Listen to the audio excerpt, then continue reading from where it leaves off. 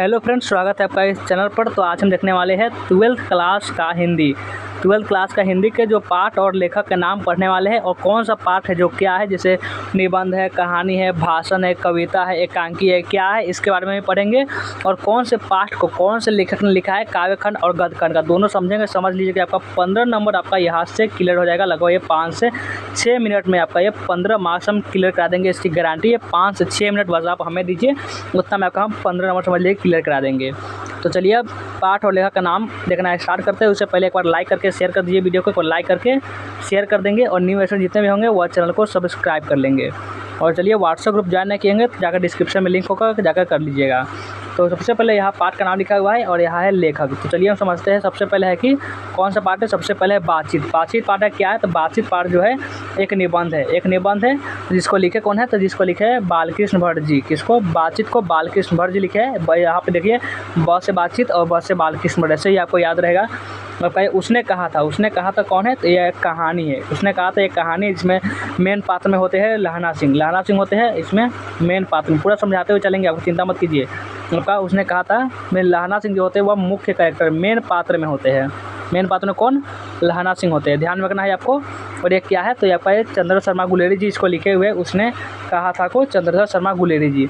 और ये जो कहाँ के निवासी थे गुलेर जी, ये गुलेर के निवासी थे। गुलेर नामक ग्राम था, वहाँ के ये निवासी थे। कौन से निवासी, तो ये थे आपका चंद्रशेखर शर्मा गुलेरी। पूरा एक्सप्लेन करते हुए चलेंगे, कोई दिक्कत नहीं होगा। देखिए संपूर्ण क्रांति आपका हिंदी क्लास 12 का चैप्टर नंबर 3 है। चैप्टर नंबर 3 क्या है, ये आपका संपूर्ण क्रांति है। ये क्या है, एक भाषण है जो पटना के गांधी मैदान में देते हैं। कहाँ देते थे, पटना के गांधी मैदान में। कौन देते थे जयप्रकाश नारायण जी, जो इसके लेखक है। इसके लेखक कौन है, जयप्रकाश नारायण जी। संपूर्ण क्रांति के जो एक भाषण है जो पटना के गांधी मैदान में देते थे, जिसके सुनने बहुत सारे लोग आए हुए थे। लगभग ये बहुत भाषण प्रचलित भाषण है। और चलिए अगला जो है कि अर्धनारीश्वर। और अर्धनारीश्वर को कौन लिखे, चलिए इसको देखते हैं। अर्धनारीश्वर एक क्या है, इसमें अर्धनारीश्वर जो है एक निबंध है। इसमें शंकर और पार्वती के बारे में बात की, शंकर जी और पार्वती जी के कल्पित रूप के बारे में बात किया होता है। किसमें, ये आपका अर्धनारीश्वर है इसमें। और लिखे कौन है, तो लिखे है रामधारी सिंह दिनकर, जिसको क्या कहा जाता है, रामधारी सिंह दिनकर जो है इसको राष्ट्र कवि भी कहा जाता है। राष्ट्र कवि एग्जाम में पूछेगा, इसलिए आपको बहुत सारे प्रश्न आपको बताते हुए चलें। राष्ट्र कवि भी कहा जाता है रामधारी सिंह दिनकर जी को। और चलिए अगला प्रश्न जो है, अब प्रश्न नहीं आपका, चलिए अगला है कौन से लेख पाठ है। अगला पाठ का नाम है एक लेख और एक पत्र। जिसको एक क्या है, देखिए ये लेख है। ये लेख किसके लिए लिखते हैं, लेख जो लिखते हैं विद्यार्थियों के लिए। लेख लिखते हैं विद्यार्थियों के लिए, लेख लिखते हैं विद्यार्थियों के लिए। और ये जो पत्र है, पत्र किसके लिए लिखते हैं, पत्र लिखते हैं सुखदेव के लिए। पत्र किसके लिए लिखते हैं, पत्र लिखते हैं सुखदेव के लिए। आपको इतना ध्यान में रखना है। और लिखे कौन है, तो एक लेखक पत्र को भगत सिंह लिखे हुए हैं। भगत सिंह जो है आपका, आप भगत सिंह के बारे में कौन नहीं जानता होगा, आप लोग जानते ही होंगे। और अगला है कि ओ सदनीराज। ओ सदनीराज क्या है, तो यह एक यात्रा वृत्तांत है। यात्रा वृत्तांत एक ओ सदनीराज, जिसमें एक गंडक नदी के होता है, जिसके बारे में पूरे चैप्टर में बताया गया होता है। इसमें महात्मा गांधी जी भी होते हैं, यानी पूरे उसके जो सत्याग्रह आंदोलन, जितने महात्मा गांधी के जो आंदोलन चलते सभी के बारे में बात किया होता है। जिसको लिखे कौन है, जगदीश चंद्र माथुर जी लिखे हुए हैं। जगदीश चंद्र माथुर जिसको लिखे हैं। और आपका अगला है कि सिपाही की माँ, जो एक एकांकी है। एकांकी इसमें समझ लीजिए कि एकांकी होता है, इसमें एक मानक होता है। क्या होता है, मानक हो जाए, जो कि बर्मा में लड़ने गया होता है। बर्मा में लड़ने गया होता है। इसकी बहन होती है जिसके नाम होते हैं मुन्नी। एक बहन थी जिसका नाम था मुन्नी, और एक माँ था इसके सिपाही का जिसका नाम का था बिस्नी। देखिए ये सबसे क्वेश्चन हमेशा पूछे जाते हैं, जिसको लिखे हैं मोहन राकेश जी।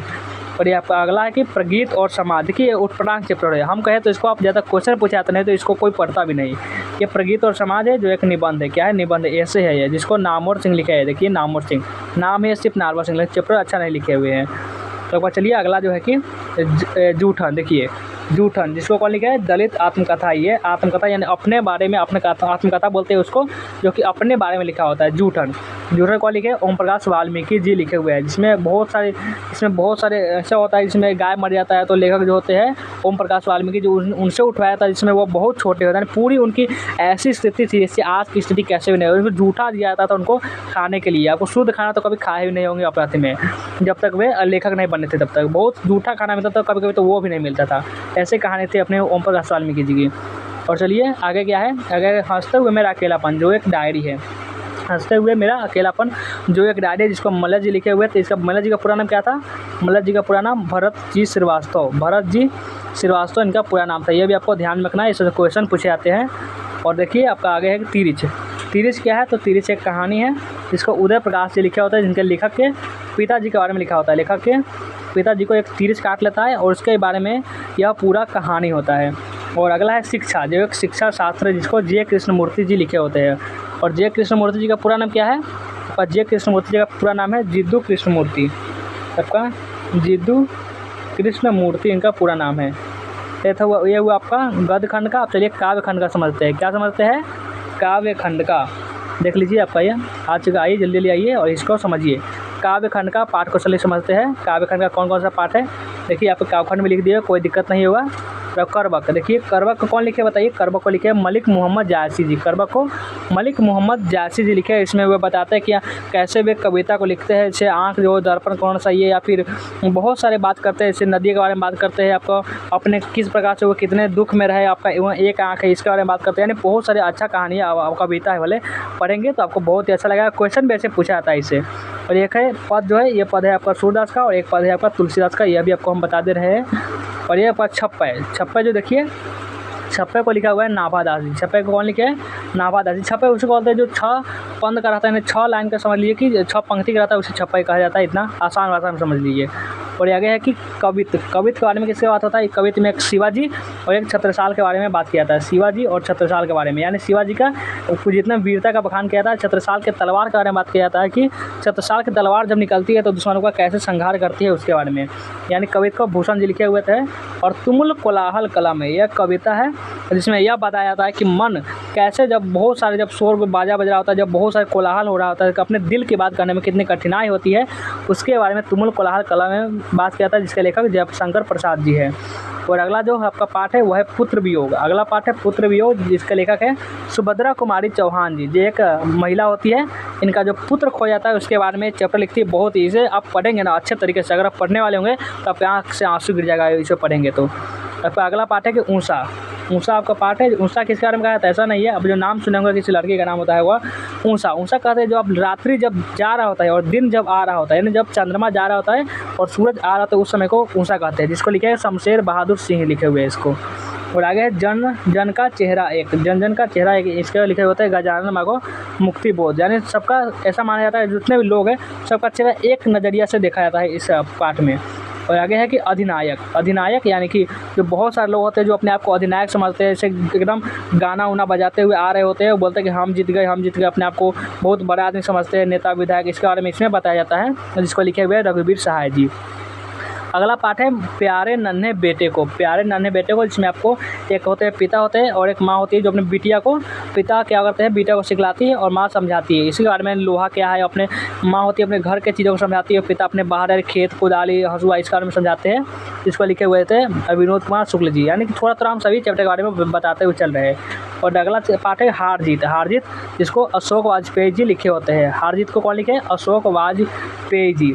हार जीत जिसमें आपको जो सेना होती है वो इसमें जो नाच गान करते हैं जो आ रही होती है लोग, उसमें किसी को पता ही नहीं चलता कि आगे हार किसको ही है जीत किसको ही है। यानी कि जो वे लोग कहते हैं, यानी समझ लीजिए कि आपका एक गांव है, गांव हुआ ये वाला आपका, यहाँ से समझ लीजिए 4 लोग हैं बहुत दूर लड़ने, और 4 जब आएंगे तो उन चारों को ही नहीं पता होगा कि हम लड़े हैं, हम जब युद्ध किए तो जीते या हारे, और उसके बाद तो कुछ नहीं पता होगा ना। वैसे ही जब सब आ रहे होते हैं जयकार लगाते हो तब इनको पता चलता है कि हाँ जीत गए, लेकिन पता ही नहीं है वे जीते हैं या फिर हार कर ही जयकार लगाते हुए आ रहे हैं। तो अगला है चैप्टर गांव का घर। गांव के घर को लिखे है ज्ञानेंद्र पति जी।